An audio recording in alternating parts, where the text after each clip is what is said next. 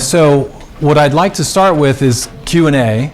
We didn't have time for Q&A in the morning session, so if we could start there.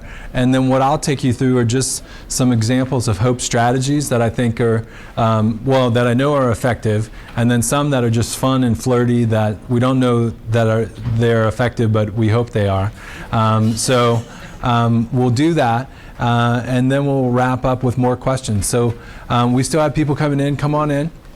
But let's start with questions from this morning's session. So just to hit the highlights, I believe that hope matters, and I tried to make that case across bodies of data that I shared with you. I believe hope is a choice. It's something that we can choose to have in our lives, and we can build and cultivate. On that front, I believe that hope is learned. We certainly can teach it to other people. And then, as I tried to demonstrate, I believe hope is contagious. So let me stop there and just, I hope each and every one of you have a question. If not, this will be a very short session. So go ahead and let's open up to Q&A. Yep. I'm curious with all of your research, if you dug in and you could tell future principals and superintendents what they should know about hope, what would you say? Yeah. Well, it starts with the fact that only half of the people you work with are hopeful. Only half the people you work with are hopeful. So 50%, based on our student poll, about 50% of American students are hopeful. About 33% of them are stuck.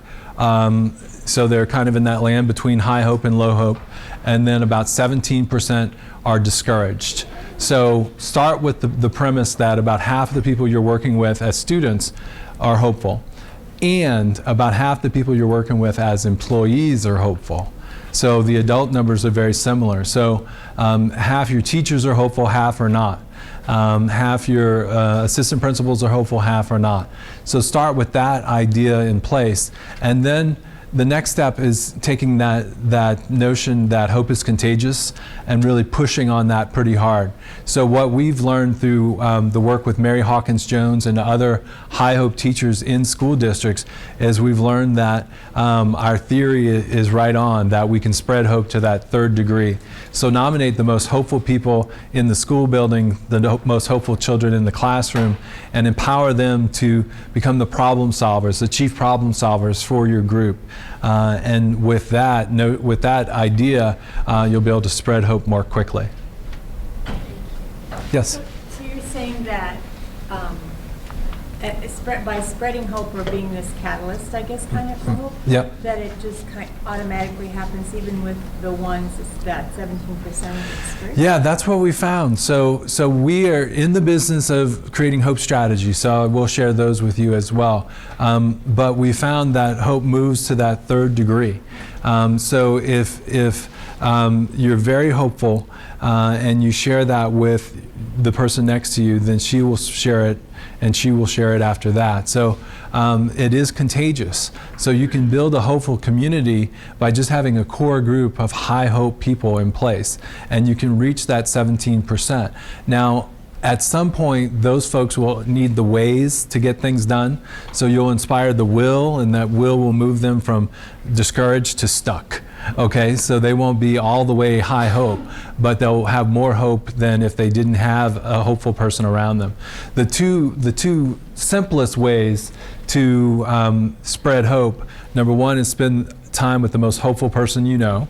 So that builds on what we're talking about here. And number two, get excited about one thing in the future. Get excited about one thing in the future.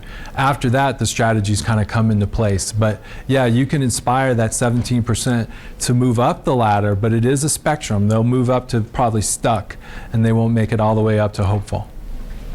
Yep. And when you ask a question, why don't you introduce yourself so we can get to know one another. Just say who you are and where you're from. Can you repeat the question then too, please? Yeah, I'll repeat the question as well. Yep. In the back, please. I'm just in touch with Nebraska Farm Bureau. If hope is learned and if hope is contagious, yet you don't wash a rental car, Right. have you in any of your research discovered any strategies for teaching hope or getting the group Yeah. to understand the one goal that you're trying to reach for, or to Yeah, let's talk about strategy. So Justine brought up the question, what are the strategies? And how do we get people away from washing rental cars? If you go to my website, it's hopemonger.com, and you go to Hope How-Tos, you'll see a couple of different ideas. One is mapping out hope, which we'll talk about right now. 2 is opening up a hope bank, which is a community-specific strategy that I won't talk much about, but you can read more about. And 3 is the Future Day Fantasy, a guided imagery that you can use with people that work for you, work with you. You can use it with students. We've used it with high schoolers down to kindergartnens, adapting it here and there. But let's talk about mapping out hope, because it's at the core of everything we do, and you can't really see that. But what I'll do is I'll walk you through the strategy right here. I'm going to erase this. Anybody need the information about Wi-Fi? Because it's about to disappear. Okay. With hope mapping, what we do with hope mapping is akin to what you might do when you're making a decision and you're creating a pros and cons list. So this is to goal setting as pros and cons lists are to decision making. So what we get people to do, and this really, it shrinks down all our hope strategies into literally one page. We get people to take a page of paper, divide it into 3 columns. Very simple. And then we agree on a goal that we're pursuing. So this works well with an individual or a group, but we have to agree on the goal that we're pursuing. And that goal has to be a SMART goal. So we don't forget everything we know about SMART goals. It has to be specific and measurable, and it has to be something that's tangible, and we can really create some measurement around it. But then the next 2 strategies involve pathways thinking and obstacles. And again, we do 5-session workshops, we do 90-minute hope interventions, we do all kinds of things, but everything shrinks down to these 3 columns. Number 1, knowing your goal and getting agreement on the goal that you're passionate about.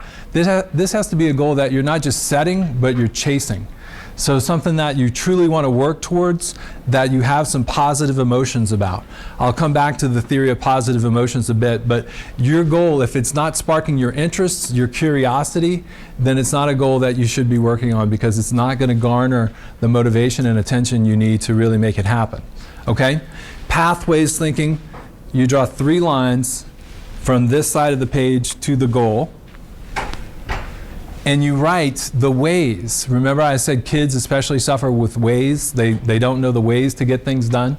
So you fill out the ways that you'll pursue this goal. So what's one strategy for goal pursuit? What's another strategy for goal pursuit? And what's the third strategy for goal pursuit? What this communicates is that not only do you have multiple strategies to get things done, you don't stop when one is blocked, because your strategies will have obstacles associated with them. That's actually the next step. So you have to figure out on each pathway an obstacle that will get in the way of doing the work that you want to do. So we have a goal that we're chasing. We have 3 pathways that moves us towards these obstacles. And then it's towards the goal. Then we come up with the obstacles. We're planning ahead. Hopeful people are the most realistic people in America, in the world. Okay, you might have heard that phrase that my father-in-law loves uttering just to tick me off. He goes, "I'm not a pessimist, I'm a realist." You know, and I hear that, and I was like, well, if you were a realist, you'd be more hopeful, because hopeful people are realists, because they anticipate the obstacles that are coming toward them, and they account for those obstacles. So you would log the obstacles that would get in your way. This might be money. This might be Bob down the street. This might be such and such, another obstacle that gets in your way. Okay? Then, what do? A hopeful person comes up with 3 more pathways. So your page fills up pretty quickly, but you come up with 3 more pathways, and you write down the 3 extra strategies that you will use to get from point A, which is over here, to point B, which is your goal box. Okay? So 3 more strategies, and then you come up with 3 more obstacles. And this can continue forever, and you can workshop this, you can do this with a group. It becomes redundant at times because you'll run out of strategies potentially, or you'll run out of obstacles, but you'll see that a high hope person keeps coming up with multiple pathways from point A to point B. Now, the last thing you would add to the mix is that agency. Where do you get the willpower you need to get things done? And you can put that anywhere on the page. You might just create an oval right here and say, write in supportive staff. That's where you get a lot of support. Supportive staff. You might write in a source of agency is an engaging leader. An engaging leader. Volunteers. They might be sources of agency. So on one page, you can map out the hopeful pursuit of a goal and come up with the different pathways, agencies, obstacles, all the things that are involved in a hopeful goal pursuit. Now again, we can do this over 5 days, we can do this, over 90 minutes. There's a 90-minute hope intervention. I'll mention a couple of things that you can email me for. Email me for the 90-minute hope intervention. I'm Shane@strengths.org. I'm going to write it on a slant so you can't read it. Strengths with an S .org. Shane@strengths.org. Email me for a 90-minute hope intervention. This is an intervention that David Feldman created. He uses hope mapping with college students, freshmen at the University of Santa Clara University. And what he does is he walks them through a 90-minute hope mapping exercise. And in 90 minutes, he's demonstrated that hope goes up from time 1 to time 2. So before the exercise to after the exercise, hope is actually enhanced. And those students maintain that hope over time across the semester. So the boost is maintained. So it's not just a blip, it's actually maintained over time. Justine, does that get at? Okay, so this is a summary. We can do more of this, but that whole exercise, the mapping out hope, it's all explained line by line how to do it on my website. Okay? Yes? Barb Hopping, volunteer, but do those students stay together for the semester, or did they do that 90-minute exercise and then it stayed with them the whole time? Yeah, Barb asked, did those students at Santa Clara exist as a cohort that whole semester, or did they disperse and Hope still stayed with them? Hope still stayed with them, and they did disperse. So they were all in that freshman cohort, but at almost any school, that's a pretty diverse group of folks going in many different directions. So they weren't kept in a learning community or anything like that. Now, interestingly, we have done work with colleges that have hope learning communities. So they try to have students stay together the whole time, working on goals that matter to them most, and pursuing those goals shoulder to shoulder with other students who are high hope and have gone through hope interventions. Yep. Yes? I'm Lindsay Hastings. I'm on the leadership faculty here at UNL. I'm curious about your hope scale and looking to see how do we measure hope at a community level? Is a hopeful community purely just comprised of hopeful individuals, or is there something else that indicates for us when we're seeing a hopeful community? How do we measure it at a community level? All right, Lindsay, thank you so much. That's the other thing you can email me for is an adult hope scale. An adult hope scale. So we'll keep a tab of what you're emailing me for so I can make sure I have them. So the adult hope scale, Lindsay, we've used it to measure hope across a community, and it's the best thing we have. We don't have a real specific population hope scale. What we have is an adult hope scale and a kid hope scale. And if you email me and mention 90-minute and hope scales, I'll email you both the intervention and the hope scales. We have a children's hope scale.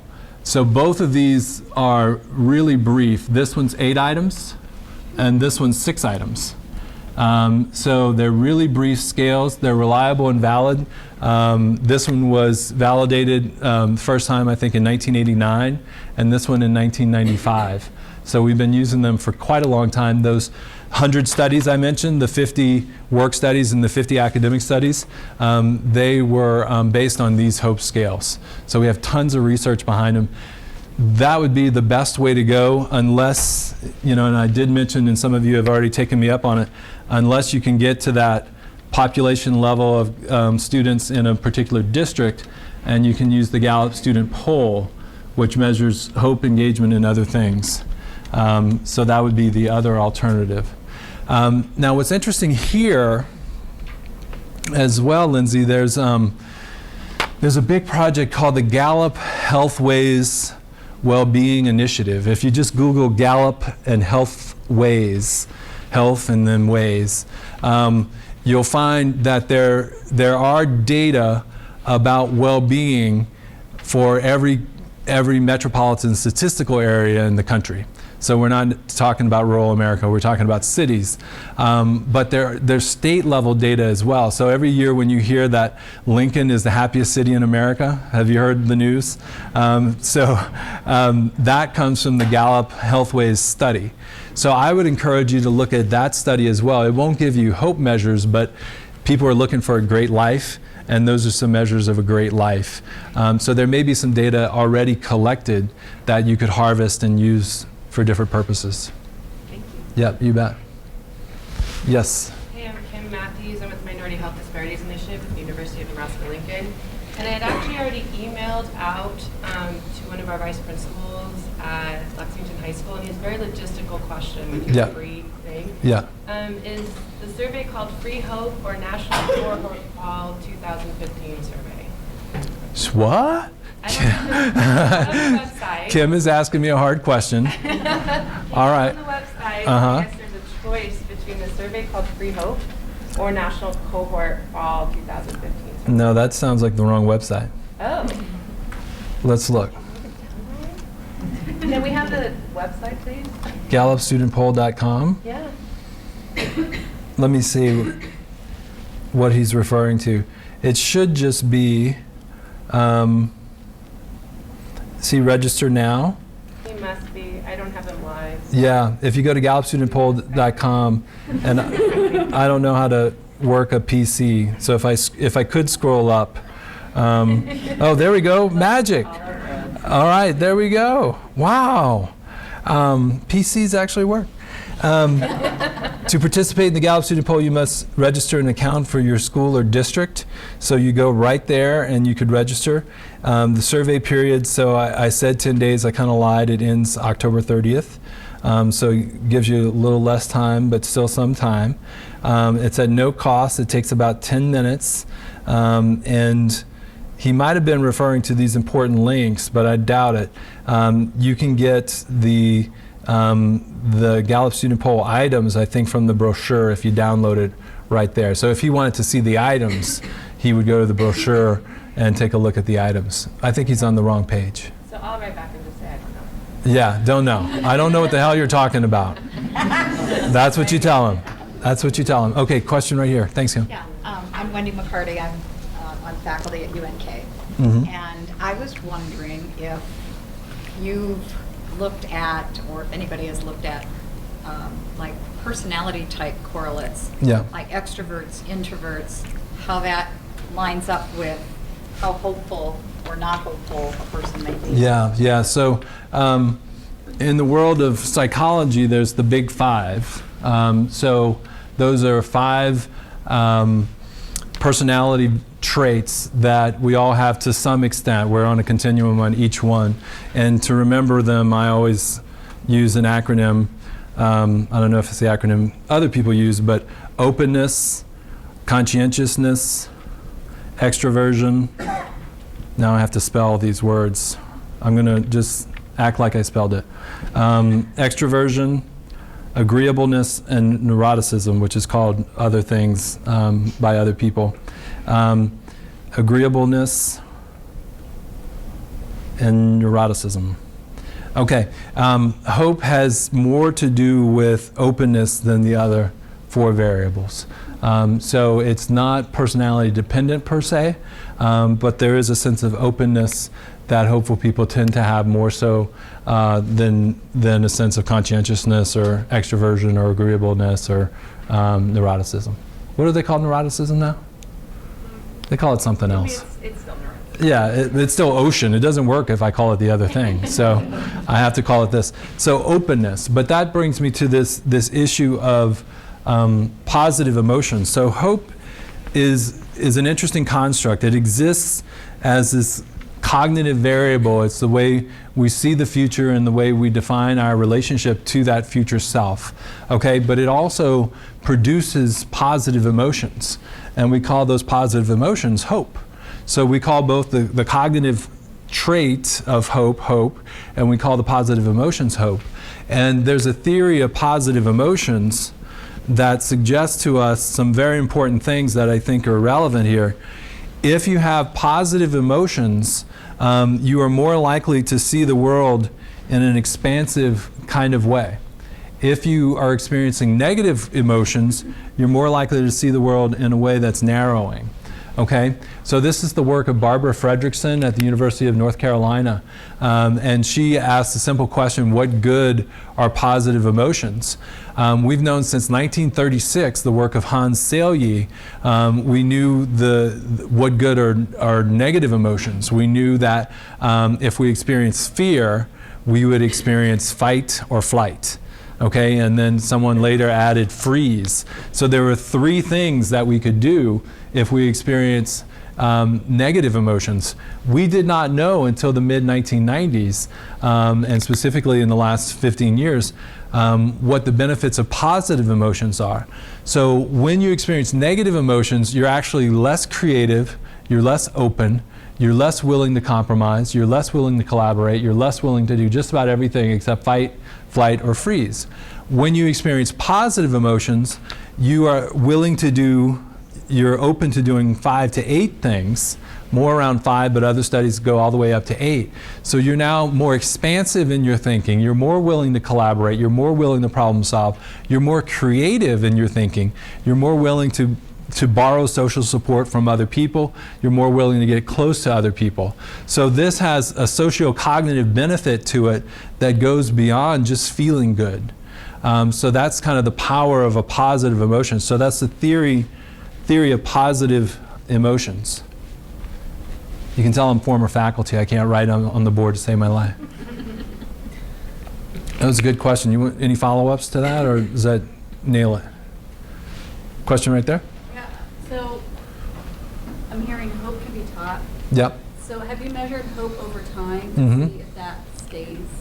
Yeah. So in all of our intervention studies, we do a pre and a post test, and then we do 90-day, then we do 6-month, and then depends, we might do a year or 2 years. And what we find is that it's stable, the bump is stable out beyond 6 months, upwards towards a year. So for one hope bump, so a 90-minute hope intervention, for example, in the paper I'll send you, that 90-minute hope paper, he's finding that the bump is stable throughout the 6-month period.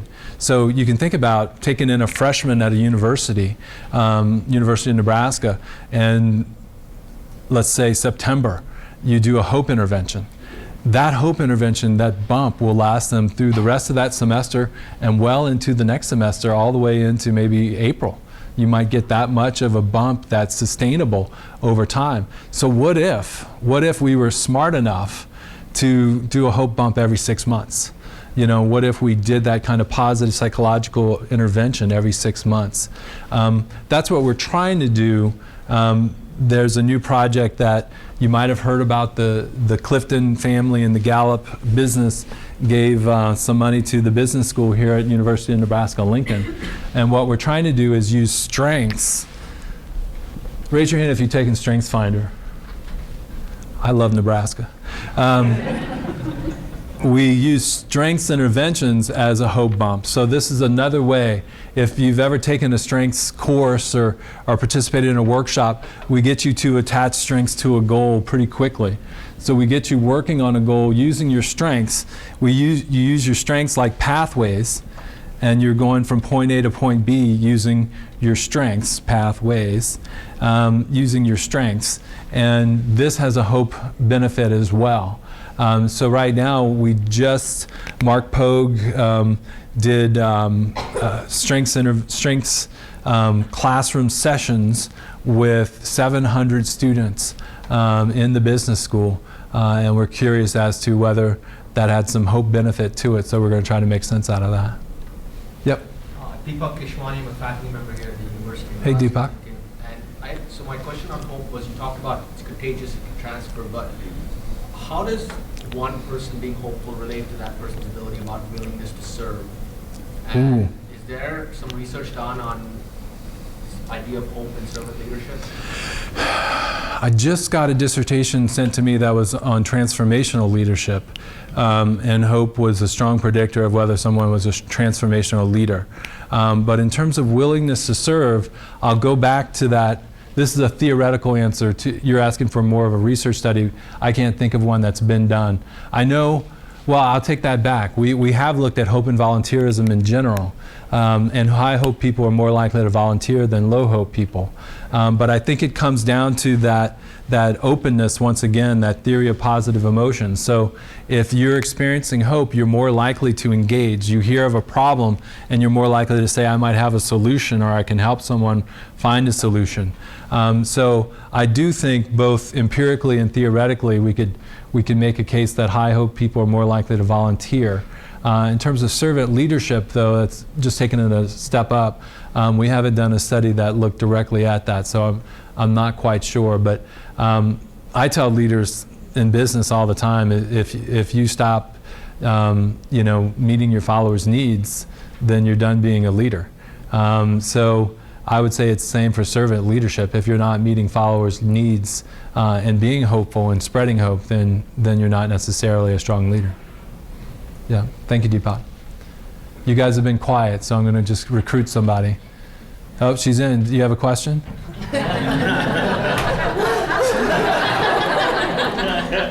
We've been waiting for you. I'll save her. Yeah, go ahead. Greg Tachik with the City of Neely. Okay. And you talk a lot about we Yep. when you're answering the questions.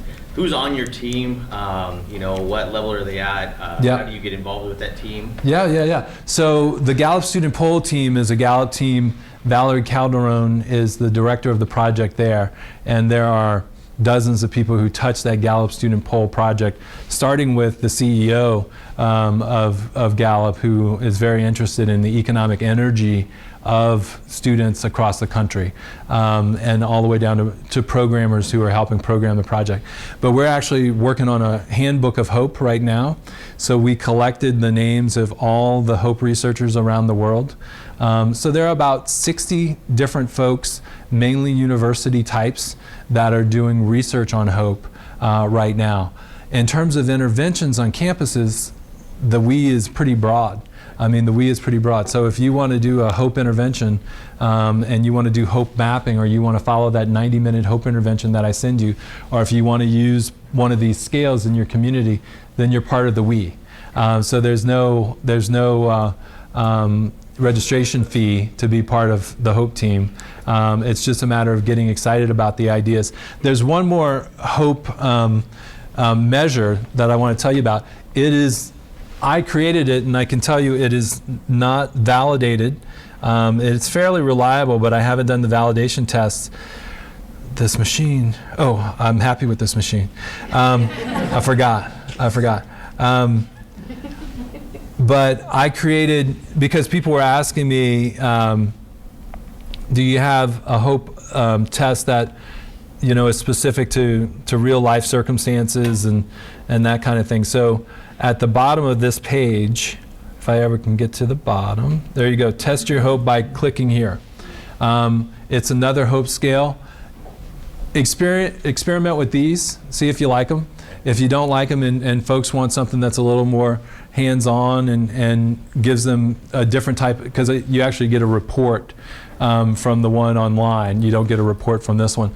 Then experiment with my scale. Know that it's reliable, but I haven't validated it, so it's only half good. Okay, it's very useful. It's face valid. It's all that good stuff, and it hangs together pretty well. But I haven't validated it against other scales. Okay, but anybody can be part of the we. But it's a pretty broad group of researchers and clinicians that work with hope. Yeah. This is less of a question and more of a comment.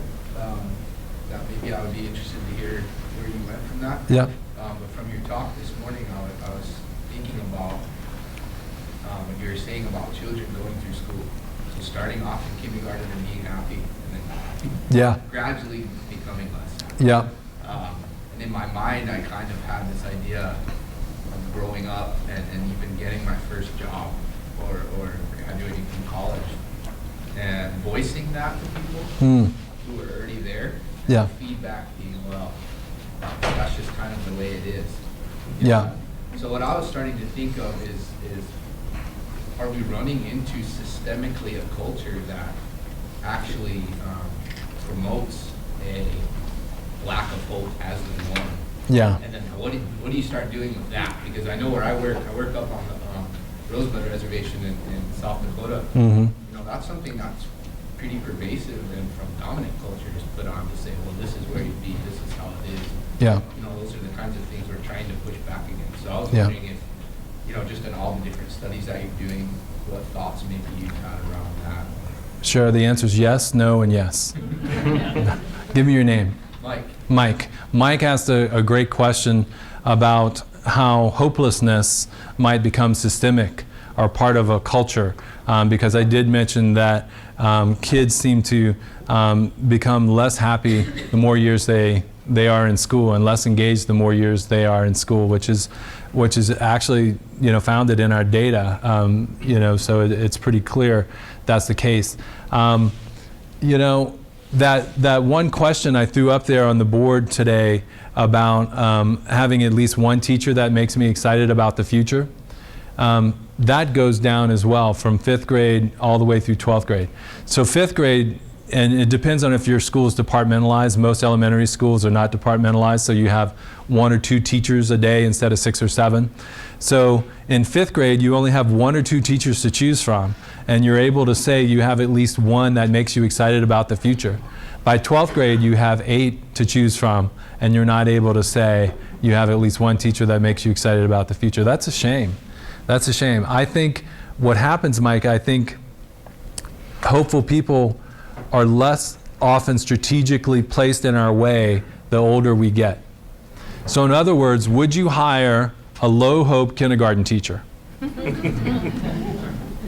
You're hiring low hope high school teachers every day. Every day. You would never do that for kindergarten, because with kindergarten, you're saying, oh, if they can't relate to the kids, if they can't inspire the kids, if they can't manage the kids, if they can't get the kids excited, I don't want them. But high school, you say, do they know science? Yes, they know science. Therefore, they can be a teacher. All right, we've got to get beyond that. We need to strategically force kids to bump into high hope people, whether that's through formal education, mentoring programs. You guys have a great example in this state with Tom Osborne's Teammates program. Raise your hand if you're familiar with Teammates. Keep your hand up if you are a teammate. Okay, Justine, you're a teammate. Can you say just a little bit about what a teammate does? A teammate spends, on average, an hour a week with the students, giving, mostly just spending time with them, whether it's guiding or reading or helping with homework. Yeah. How long have you been a teammate? Since 2009. Okay. Some years ago, I don't remember when and if you got it, but we distributed strengths and hope cards to teammates, to mentors. And I'm not sure if everybody got them, but what we tried to do with Tom Osborne's help is develop a simple way that you could reference hope questions and strengths questions as you're pulling into the parking lot at the school. So you pull into the parking lot and you're like, wow, what did I talk to Lindsay today about at lunch? And you would go to these cards and you just flip through and say, okay, I'll ask about her future in this way, or I'll ask her what she does best today, or I'll ask her a question. So what Teammates does, this mentoring program, is it puts an extra adult in the face of a child every week, and hopefully they're building hope and that capacity to do what you do best. So we have to get more provocative in the way we do that. We have to become more intentional in the way we do that, Mike. But I would say the systemic or cultural force that's happening is that we get lazy about placing hopeful adults in the lives of kids. So, for example, career day. Who's done career day at their child's school? Okay. All right. Career days suck. They just, because what happens is that the teachers or principals, they reach out to anybody who can show up. And only 13%, this is the topic of my next book, only 13% of people in America love their jobs. The other 87% do not. Is that the right math? Yeah, that was good. So why would you want people there who don't love their jobs trying to inspire kids, you know, about a topic, about a domain, about an area of work? So we do that every day. So we have to be real purposeful in placing the most hopeful people in front of our kids to overcome that systemic challenge. Wait, let me take questions from folks who haven't asked yet, and then we'll come back. Yep. I did ask. Oh, well, you can't go. I'll come back. Back here. I've been wanting to do like a session with strengths and hope for my students and my adults. Do you recommend having the matches together, or doing it separate and then coming back together? Separate and coming back together. And do you have a copy of those cards I mentioned? Yes. Oh, good. Aren't they great? They are great. We're a strengths chapter, but it's been a little bit since I'm going to rebrand it pretty much. Oh, good. In Hastings, so I'm looking at the spring to do that. So I was just kind of wondering, trying to formulate an idea of how to do that with my matches. Yeah, work with the mentors first. Get them thinking about their own strengths and their own hope and how much they like talking about those things. Inspire them in ways and teach them the how to talk about strengths and hope using the cards, and then bring the students in, and that'll be more fruitful. Yep. Question right here. I'm Nancy Beers. I'm the Center for Disaster Philanthropy. Mm-hmm. And my area of expertise is I work with low-attention disasters in rural communities in the Midwest. All right. And my question is, you know, my job is really to go into a community and quickly identify people who can take leadership roles to help build capacity in the community. How is there do you have any key steps on identifying hopeful people? Yeah, I would just have them take that adult hope scale. I mean, I would. I mean, if you're going into a community, and Gallup does a whole bunch of work on selection. I'm not saying this is a selection tool. I'm saying you're going into a community, and for the lack of any other tools, here's something you can use, okay? It would give you a sense of whether this person is high hope or low hope, and whether they should be leading the charge or following someone else who's leading the charge. So I would use the adult hope scale. Again, it's reliable and valid. It will segment people into high hope, medium hope, low hope based on just regular cuts that you can make using the data. So say you surveyed 20 people, you just look at how the data falls out and just rank order them, and there's your high hope, there's your medium, there's your low. Okay? Way over there. Greg Preston, University of Nebraska Medical Center. Mm-hmm. You mentioned the kindergarten through K through 12th grade decline. We only see graduate professional students. We know that we beat the empathy out of medical students and make them less empathetic in 4 years. Yeah. So is there any, do you have data regarding that kind of cohort and interventions, anything that you have experience with? I would use that 90-minute hope intervention with that group. I would. So that's, again, something I'll send you if you email me. I haven't studied medical students or healthcare professionals in a big way. So I do know they get fatigued and they go through empathy overload. That's something to pay attention to. Empathy, again, is a positive emotion. If you don't have enough positive emotions, you're going to be constrained in your thinking. There's some wonderful research by a woman named Alice Eisen, who looked at positive affect in physicians. And she found that physicians experiencing positive affect were better diagnosticians than physicians experiencing negative affect. So she would induce positive affect in medical students and get them to do diagnostic trials. And they would perform better, more efficiently, more creatively on the diagnostic trials, more accurately, if they were under that positive affect condition. So I would look at that work. We haven't studied physicians as much as we've studied folks in other industries, so can't tell you much about that. Yeah. Yes. Kenny Sharon from South Dakota. Mm-hmm.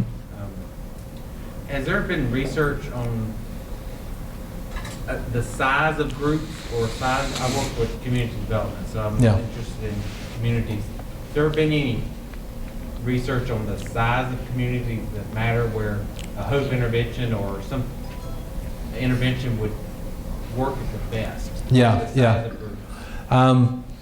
I can tell you what our rule of thumb is in terms of hope interventions. So we do one hopeful leader for every 500 people. So that's kind of a rule of thumb based on the research that we do have, which is not specific to your question, but it's around your question. Right. So you have to think, for example, I live in Lawrence, Kansas. There are 100,000 people. We would need, one per every 500 to really create change in a community. So you have to identify enough hopeful people. How big is the community you're thinking about? Well, it varies. Yeah. 230 to 2,000. Yeah, so one person could be the voice of change in the 230 community. 4 people you'd need in the 2,000, and that's just a rule of thumb that because we've been asked that question, how many people do I need? And if you think about a community, the people I often identify are the superintendents of schools, got to be a high hope person. The city leader, whether that's the manager or the mayor, has to be a high hope person. Then you go into entrepreneurship. You need your highest hope entrepreneur, and then you need that community organizer. So those are often the 4 people that I think about. And then you have some wild cards in there, some people who don't have titles that are just incredibly high hope people that you want part of the group. So 1 for every 500. I'll come right back to you guys. I had a question here. Come back to you. Still working on the crowd. All right, right back there. I'm Matthew Mims. I teach counseling at UNK. So teach the empathy in that. Yeah. Also multicultural. Have you found that, are there certain cultures that have more hope versus others? It sort of reminds me of a Chinese program where they bank volunteer hours so that when they're elderly, they can pull from that bank. That volunteer bank, yeah. We've done tons of studies looking at cross-cultural nature of hope. In fact, Jennifer Teramoto Pedrati leads those studies for us. She's done most of the studies looking at cross-cultural samples of hope. And we haven't found a consistent difference across groups. So in some studies we found that mainland Chinese have more hope than Taiwanese, and they have more hope than Koreans, and they have, so depending on the study we found some differences, but across studies we haven't found any consistent differences. So it doesn't seem like this group versus that group, that nation versus this nation has more hope. Now when we look at optimism is it's hope without the pathways. It's just a belief that the future will be better than the present. When we look at optimism, we can parse that out a little more clearly. In fact, Zimbabwe is the least optimistic country in the world. I can give you a rank ordering of countries by optimism.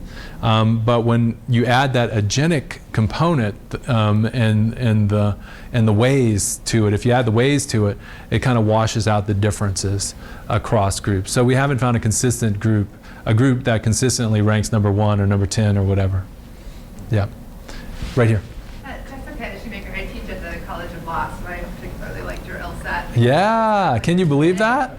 Feeded it to the admissions office. There you go. But so what I wanted to ask about was, I think this is fascinating, and I learned a lot in thinking about hope and prioritizing hope, but I kind of wanted a little perspective on how, I can imagine other traits that I would think would be having these sort of similar bumps, like empathy or perseverance or creativity. So do you have any sense of kind of where hope fits within the landscape of other things that matter? Yeah, all positive emotions are good. That's what Barbara Fredrickson's research demonstrated. So she did joy, she did curiosity, she did interest, which we forget is a positive emotion. Interest is a positive emotion. So when you took that interest inventory in college to find out you were going to be X, that's a positive emotion. So all positive emotions are good in that they open us up to more behavioral options, more creativity, more on and on and on. In terms of the horse race between different things like hope and optimism, hope outperforms optimism in our studies. Hope outperforms self-efficacy in our studies, and hope is a partner with engagement in our studies for the first semester of college in particular.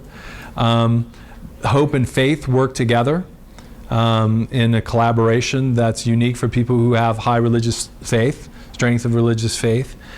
So those are the kinds of things we have done. But back to the original question, all positive emotions are good in giving us a bump in terms of creativity and collaboration and willingness and agreeableness and openness and not agreeableness but openness, those things. Yeah, we haven't done all the horse races yet though, so we'll figure that out. Yeah. Yes. Can you talk a little bit more about strengths-based teams and hope? Yeah. Specifically, in your talk, you talked about penguins and how hope is contagious. Yeah. Thinking about strengths-based teams, positivity, empathy, kind of those traits that you might see in a team, and how Right. how that can kind of help build people. Right, so I don't have my strengths-based stuff with me right now, but you guys remember the different, well, I'll just write them out. Relationship building, so to have a strengths-based team, you need some relationship building.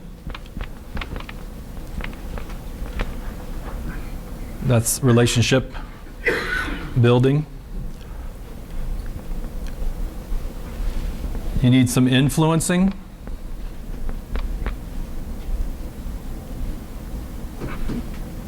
You need some strategic thinking.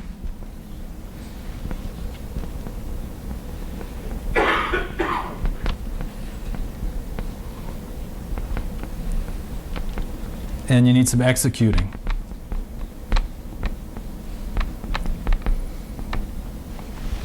I am very high hope. I have no executing whatsoever. You may be very high hope and have a ton of executing.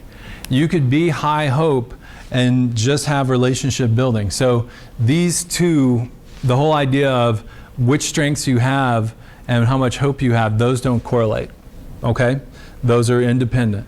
But to be a high hope, powerful, strengths-based team, you need some of all of these. So this is from Strengths-Based Leadership, if you've read that book, Tom Rath and Barry Conchie's Strengths-Based Leadership. So some of your 34 themes from Clifton StrengthsFinder would fall under relationship building, some would fall under influencing, some would fall under strategic thinking, and some would fall under executing. When I would hire graduate assistants at KU, I would hire executing folks because, like I said, I had none. So I would hire people who had a lot. So this is how that falls out, and I do think to be a balanced, powerful, strong team, you need some of all these four. Does that help? Yeah, but hope in any particular, like I have futuristic, I won't write them down, futuristic, maximizer, arranger, ideation, strategic. Okay, if you've taken StrengthsFinder, you should know your top 5. All right, you should tattoo them on your sleeve somewhere right here. But futuristic is a very hope-like strength, but it doesn't necessarily correlate highly with the hope that we measure. So these are two kind of independent ideas. Yeah. Okay, now we're back. Well, I think it kind of goes back to what you were just talking about, because I was thinking about the teacher perceiver, Mm-hmm. and I was curious if there was any piece of hope as part of that scale. No.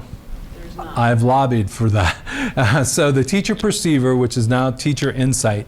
In 1970, Don Clifton, who decades later created the Clifton StrengthsFinder, in 1970 he got a grant from the federal government to measure teacher talents, and it was called Project Empathy. So you can imagine what one of the talents might have been in terms of teacher talents, but he created something called the teacher perceiver, which was an interview-based talent selection tool, which has evolved into teacher insight. And on that, you have relationships with child and kind of push for academic achievement, those kinds of things, but you don't have hope. And I've argued that you should have hope. You should have hope on that measure. So if I were building a teacher insight tool today, I would probably start with hope, because we have enough data now demonstrating that it's part of workplace productivity. and that it's essential to inspiring kids. So if I were to redo that great work, I would lobby again for including hope. So how could you back in that? What kind of question or questions could you ask in an interview? Yeah. You guys love selection. Back there too, the selection tool. I would try the adult hope scale when I send it. Just take a look at it, because it's going to be the best questions we came up with to this point. And they're similar to what you've seen. I mean, are you energized by your goal pursuit? Can you think of many ways to get out of a jam? Do you have multiple ways to get things done? Those kinds of questions get at the kind of the way power of a person. And that's what you're really looking for. You're looking for someone who won't get stuck and won't come to your office every time they get stuck. So you're looking for someone who can solve their own problems in the course of a day. Okay?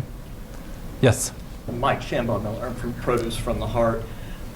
Is there a difference between short-term hope, long-term hope, and in measuring that and in maintaining that?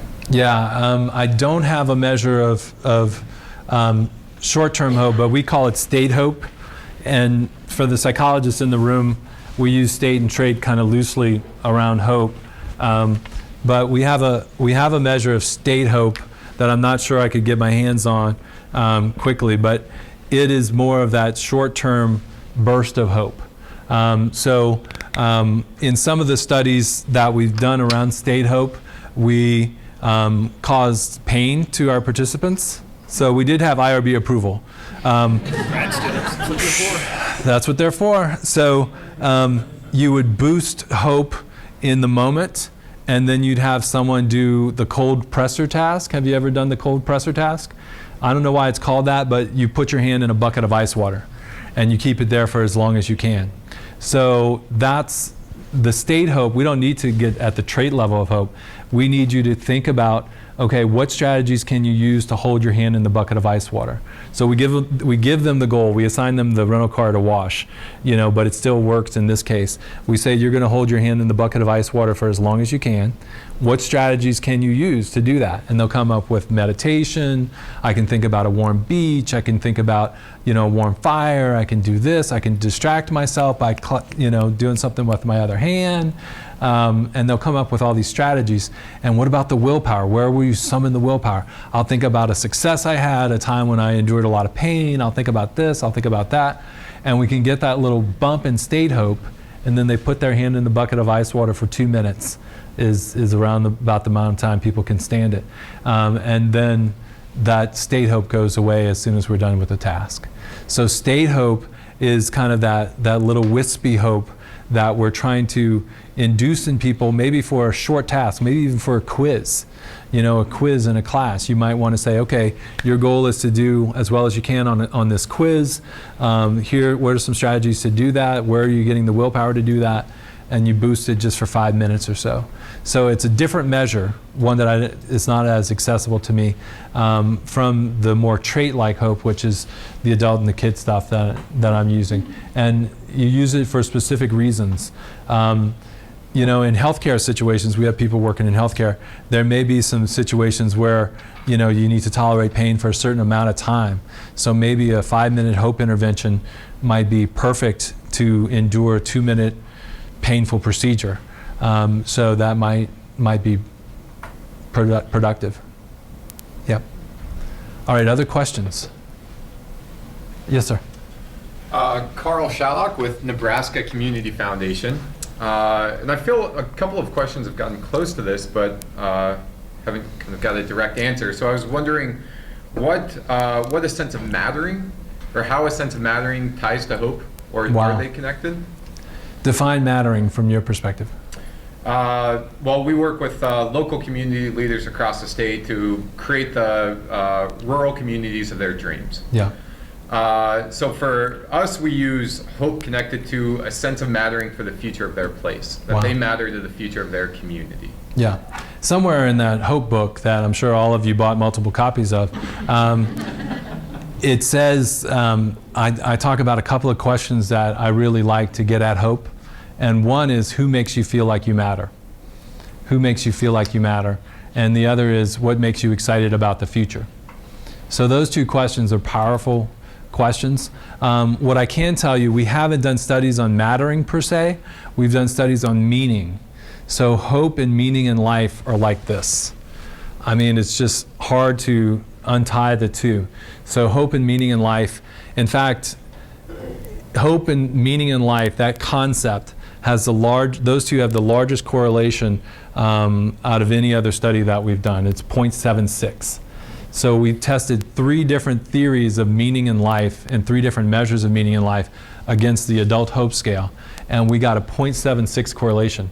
Now, with theories that don't necessarily relate to each other, you're not supposed to get 0.76 correlation like that, but we did. So I would say, I think you're onto something with hope and mattering being tied. It is one of the questions I use with clients: who makes you feel like you matter, and what are you excited about in the future? And the meaning in life, which is a step away from mattering, is closely tied to hope. Indeed. Is that close enough? All right. I'm going to tack on a little. Deb Gangbush, Shelton, we're farmers, Yep. truckers. Resiliency. Yeah. How those kids and those people that just against all odds just make it. Yeah. How do you, what's the connection with mattering? Yeah. Hope, Resiliency, so how does hope relate to resilience? Deb wants to know. So resilience is the arrow in the bow, and hope is one of the arrows in the quiver. Excuse me, the arrow and the bow. So that's resiliency. It's really a whole bunch of stuff that comes together to make a child like Teflon. You know, they can endure a lot of things and get through a lot of things, and children are resilient. You hear that every time your child's going through something hard, your best friend will say, "Kids are resilient." It's like, yeah, that doesn't help me. But, you know, I equate it to hope being one arrow that you put in the bow. Resiliency is kind of the sum of the arrow and the bow. So it's a bigger tool set than just hope is. Hope is part of resiliency, I would say. Thank you. Yeah. Yes. Do you have any recommendations? We were talking about the kid hope scale and adult hope scale, but I mean, you have the tools for teammates, but we're talking about kids in high school and then prospective employees and that kind of thing Right. for our students. But so we're kind of breaking the mold of what they've grown into as a frame of thinking. Do you have any tools or suggestions to build children in this manner as opposed to break the mold once they're Yeah. Well, a couple of things, and going back to the work and strengths and how it relates to hope. I don't know if I can repeat the question directly, but say it one more time. Do you have tools for parents to teach hope as opposed to kind of breaking the mold once the Tools for parents to teach hope instead of fixing kids after they're broken. Yeah, does that sound good? All right. Couple of things come to mind, and I'm borrowing from our strengths work. We're using the Strengths Explorer, which is for kids ages 10 to 15. We're using the Strengths Explorer with a whole lot of kids with the belief that the more you get to do what you do best every day, the more hopeful you will be. So that's number one. Number two, Gallup's about to come out with a great book called Strengths-Based Parenting. Strengths-Based Parenting. That'll be out sometime in the spring. I think that will be a great tool to help you think about parenting kids of all ages from a strengths-based perspective and instilling hope in them. Number three, you're close to Omaha. Have you been to the Omaha Children's Museum? There's something called the Fantastic Future Me, which we created in conjunction with the Omaha Children's Museum. And a kid goes in front of the Fantastic Future Me. They take a picture of themselves, and these are 3 to 8 year olds. I guess they're this tall now. 3 to 8 year olds. And they go in front of the camera, they take a picture of themselves, then they adorn themselves with the clothing that they want to wear when they grow up. So the clothing of a scientist or a president or an engineer. And that creates this Fantastic Future Me picture that can be printed out or sent to someone. And then you create a conversation around what the Fantastic Future Me looks like. in a kid's life. So that's one way of doing that. Another way is futureme.org. Futureme.org. If this is, let's say, an 8 to 10-year-old who can type a little bit and send an email, you can send an email to your future self, and you can carbon copy people on it. So you can get your child at 8 years old, 10 years old, writing a note to her future self. Here's what I want to do in 6 months. Here's what I hope happens. Here's how I hope mom and dad help me. Here's what I would really like from other people. And then they can carbon copy you on that note. And 6 months from the day, you'll set a ticker up so that 6 months from the day you can get that email in your inbox and then check in with your child. And it's a great way to get your child to introduce themselves to their future self and get comfortable with that. Another way that I have on the website under those how-tos is that guided imagery. For young kids, you'd have to rewrite it to some extent, but you guys can all do that. It's under the Hope How-Tos, and it's Future Day Fantasy. So it's right there, and this is written for use in high school and college, but you could rewrite it so that it's more appropriate to use with younger kids. So that would be a way to do it. At the heart of your question is, how do we instill hope? Moms are better at it than dads. Moms are better at it than dads because moms use more words with children than dads do. So the more hopeful mom is using more hopeful words with their child than dad does. So that's an excellent way of instilling hope. And then just thinking, being your most hopeful mom or your most hopeful dad will instill hope in kids. There are lots of ways. There's a book, look up C.R. Snyder, C.R. Snyder on Amazon, and you'll find a workbook for parents for turning possibilities into hope. Something that's part of the title. But I think it's the Great Big Book of Hope. That's what it is. The Great Big Book of Hope. It's for parents to use with their kids to instill hope in their kids. I thought you had stumped me, but I was good on that one. Are we done, or do we have? Yeah, time's up. Time is up. I had so much more good stuff. Thank you guys so much. Thanks for coming.